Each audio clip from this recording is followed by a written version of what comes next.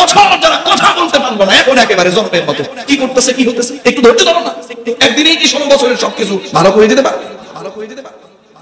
অন্যায়, অনাচার, পাপ, মাদক, সুদ, ঘুষ, দুর্নীতি সব দিয়ে ভরে ফেলেছে। দেশের টাকা সবকিছু লুটপাট করে শেষ করে দিয়েছে। ওলামায়ে কেরামদেরকে শেষ করে দিয়েছে। যেই সত্য কথা বলেছে, যেই পানি নিয়ে কথা বলেছে, যেই বাংলাদেশের সম্পদ নিয়ে কথা বলেছে, হয়তো আয়না ঘরে নয়তো আপনার ফাহাদের মতো শেষ করে দিয়েছে। এই দেশ 12টা বাজিয়ে দিয়ে গেছে। একদিনই তো সব সমাধান করা যায়। বাস্তবতা কোরআনের সুযোগ করে দিন, আপনি ভালো হয়ে যান। কিছু ভাইদেরকে দেখছি আফের গোছানোর চেষ্টা করছে, আফের গোছানোর চেষ্টা করছে। বাজারে হামলা, এখানে হামলা, ওখানে হামলা। কেন?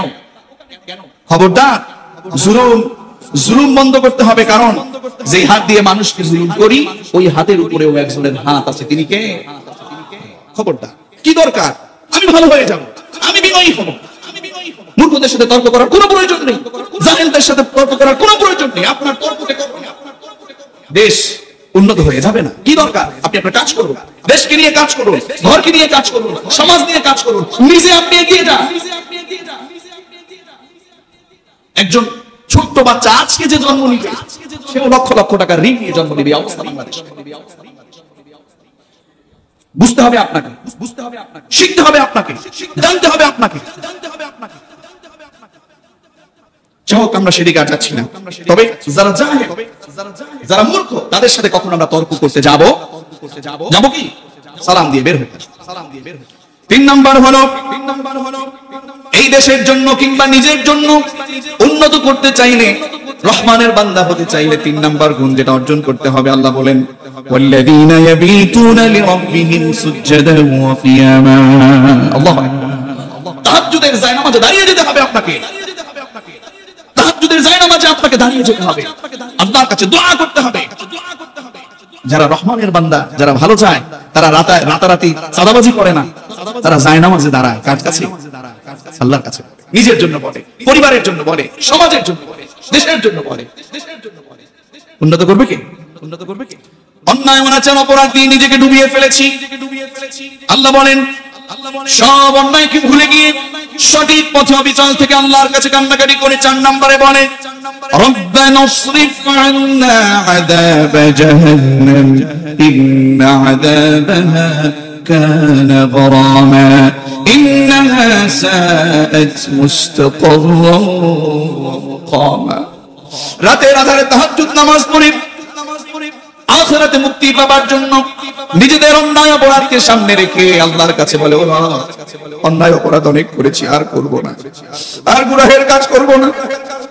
যারা অপরাধী ছিলাম তারা আল্লাহর কাছে কায়মান বাক্যে এই দোয়া করতে হবে যে আল্লাহ, আর জীবনে কোনোদিন মাদকের পথে যাব না, চাঁদাবাজি করব না, দুর্নীতি করব না, ঘুষ গ্রহণ করব না। ও মালিক, অন্যায় অপরাধ করেছি, মাফ করে দাও।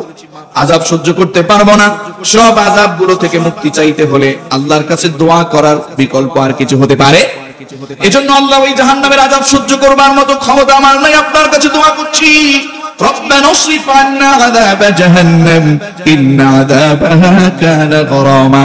অপরাধী ছিলেন, অন্যায়কারী ছিলেন, মালিকের কাছে বললে মাফ করে দিয়ে আপনাকে একেবারে মাসুম বান্দা বানায় দিতে পারে কি?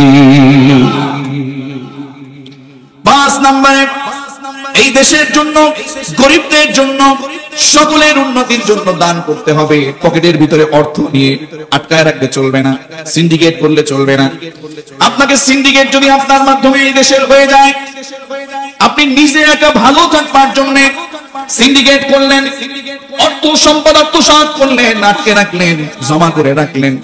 আল্লাহ তাআলা বললেন না, এই কাজগুলো তোমরা করতে পারো না, বরং সিন্ডিকেট না করে যেমন আছে মধ্যম পন্থা অবলম্বন করে দান করো। দান করলে তোমরা রহমানের বান্দা হয়ে যাবে।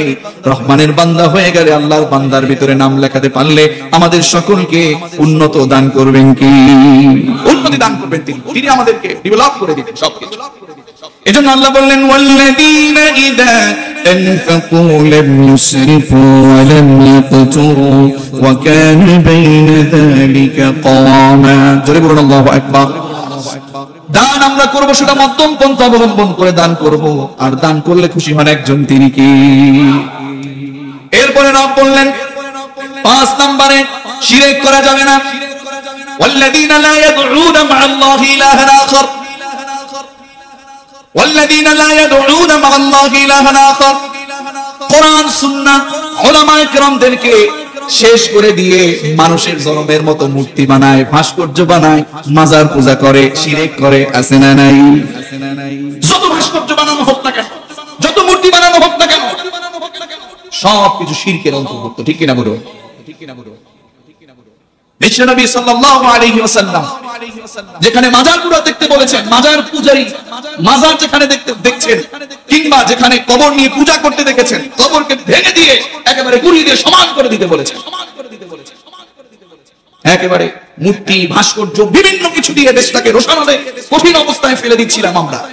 না, যদি কেউ ভালো করে তার জন্য দোয়া করব, তাকে স্মরণ করব, তার আদর্শগুলো নিয়ে আমরা ভবিষ্যতে উন্নত করবার চেষ্টা করব। তাই বলে মূর্তি বানাইয়া, ভাস্কর্য বানাইয়া জনমের মতো অপরাধ আমরা করব, এটা আমরা করতে পারি না। কোন বিবেকে আপনি করেন? এখন বলতে পারেন হুজুর আপনারা এরকম বলেন, আমরাই তো বলবো। এই কোরআন আল্লামা তকি ওসমানী হাফিজাহুল্লাহ চমৎকার করে রাসূলের একটা হাদিস বর্ণনা করেছেন। একজন জাস্টিস, বিশ্বের শ্রেষ্ঠ একজন মুফতি, তিনি একদিন আলোচনায় তিনি বলেছেন যে এই কোরআন যারা শিখবে, যারা উলামায়ে কেরাম হবে, তাদের অনেক দায়িত্ব আছে। তার মধ্যে এক নাম্বার দায়িত্ব হচ্ছে তাদেরকে এই কোরআন রক্ষার্থে ভালো আলেম হতে হবে, সাথে এমন কথা বলতে হবে জাহেলদের সামনে, মূর্খদের সামনে, কখনো যেন তারা অসত্যকে প্রতিষ্ঠিত করতে না পারে।